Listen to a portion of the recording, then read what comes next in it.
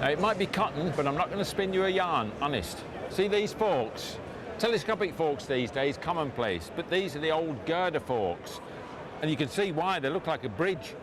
But they're very solid construction, and the only spring you've got is this common spring in the middle.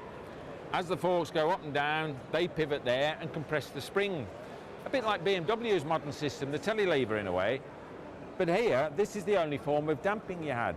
You had to tighten up these nuts to increase the damping because they squeeze down here on 2 friction discs in there. The only trouble was, when it rained and they got wet, you lost your damping. So then you tightened it up, and then when it got very dry, the damping was too firm. Not too clever, but that's all you had. But while we're on this one, see these bars and these rather unusual levers.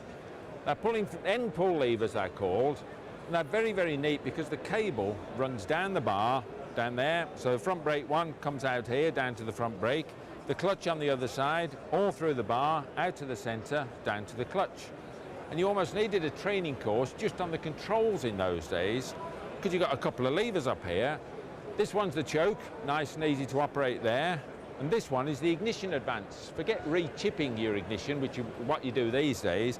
This one was manual. You can advance and retard the spark on the lever. And there's yet another lever under there. This one is called a decompressor. You're thinking, what does that do? You pull that, and if we can follow it round to the other side, operates a cable here, down onto the bottom of the push rod, and it actually lifts one of the cam followers, and you lift the exhaust valve. So when you go to kick start it, because no electric those days, you can spin the engine easily.